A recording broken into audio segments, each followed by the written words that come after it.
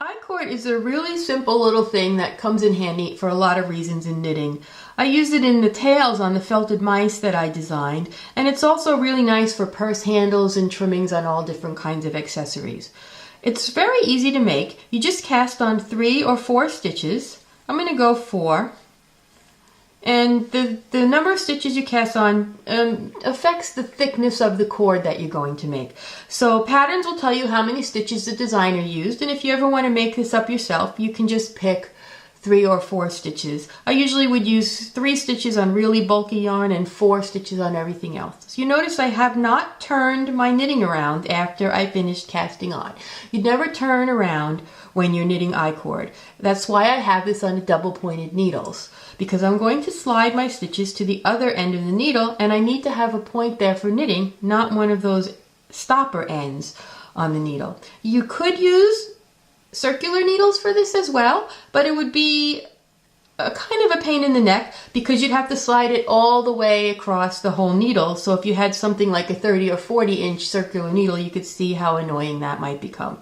So usually double pointed needles are the best way to work iCord. So I slid my stitches across, and now I'm going to knit with my working yarn. It's really attached over here, but I'm going to start knitting here. And I'm going to pull my first stitch very tight because I want the back of this to close up. So I knit 4 stitches.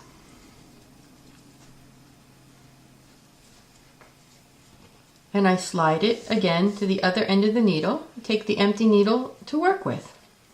And I'm just going to do that over and over again.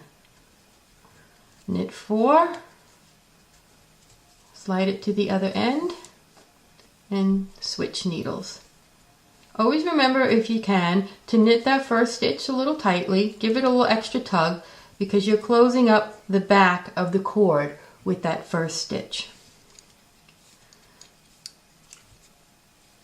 Okay, that's all there is to it. So let me knit a few inches of this so I can show you what it looks like when you're done. So here's a couple of inches of iCord that I've finished. This is the side that's been facing me as I knit. When I look over at the back, you can see that it looks exactly the same. Sometimes you might have a little bit of a strand of yarn where it didn't close up tightly. Usually that's up near the needle, but if you didn't pull that first stitch tightly enough, you'll find that as well. And you can close that up just by giving a tug on the iCord, and you can see that it tightens up those stitches. And it just makes a nice tube of knitting that you can use anytime you want something like this. And so you can substitute it as well if something calls for a braid or a twisted cord and you'd rather knit a cord for your project. You can use this technique.